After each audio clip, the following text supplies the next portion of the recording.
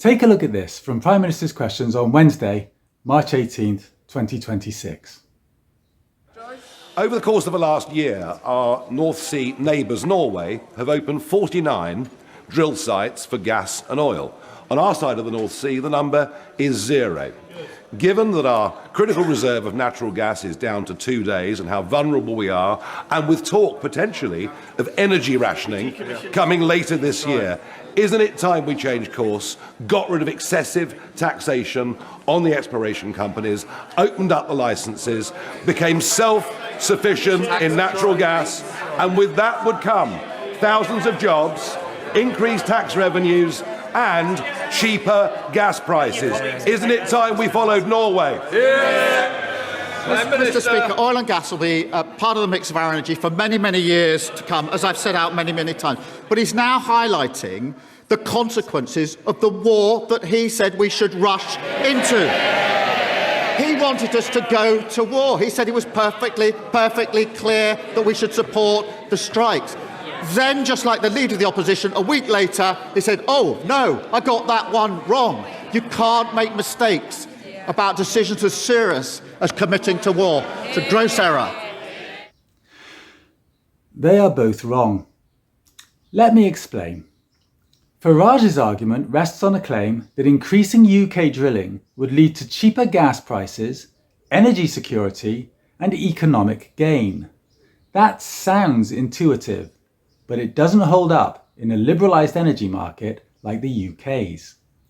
The key point is that oil and gas prices are set on international markets. North Sea production is not reserved for UK consumers. It is sold at global market rates. Companies may extract resources in UK waters, but they have to sell them at the going international price, just as Norway does. So even if the UK opened dozens of new licences tomorrow, the price households and businesses pay would still be driven largely by global supply shocks, OPEC decisions, liquid natural gas demand, and geopolitical crises. That's why the comparison with Norway is misleading. Norway does drill extensively, but it also has a state-owned energy model with much tighter public control. It channels profits into a sovereign wealth fund and, crucially, still sells its gas at international prices. Norway's advantage isn't simply that it drills, it's how the state structures ownership and captures revenue. The UK, by contrast, largely leaves extraction and pricing to private firms who pocket the profits. So, Farage's promise of cheaper gas from more drilling is economically weak.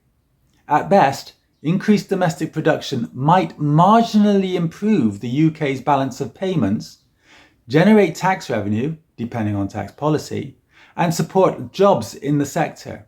It would not shield UK consumers from global price spikes, which is the real vulnerability that was exposed after Russia's 2022 invasion of Ukraine. Starmer's response borders on being worse.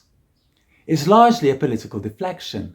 Instead of engaging with the substance, energy pricing, market structure, or security, he pivots to Farage's past comments on military action. That may land a political blow, but it doesn't answer the question. And there is a serious underlying issue worth addressing. The UK's low gas storage capacity, often cited as around a few days' supply, does create short-term vulnerability to shocks. But again, more drilling doesn't solve that. Storage policy, demand reduction, and energy diversification matter far more. So, the real picture looks like this. Farage is wrong to suggest drilling will lead to cheaper energy. Starmer is avoiding the economic argument altogether. And the actual debate about market structure, public control, and resilience isn't really happening at Prime Minister's Questions. That gap is where the real story is.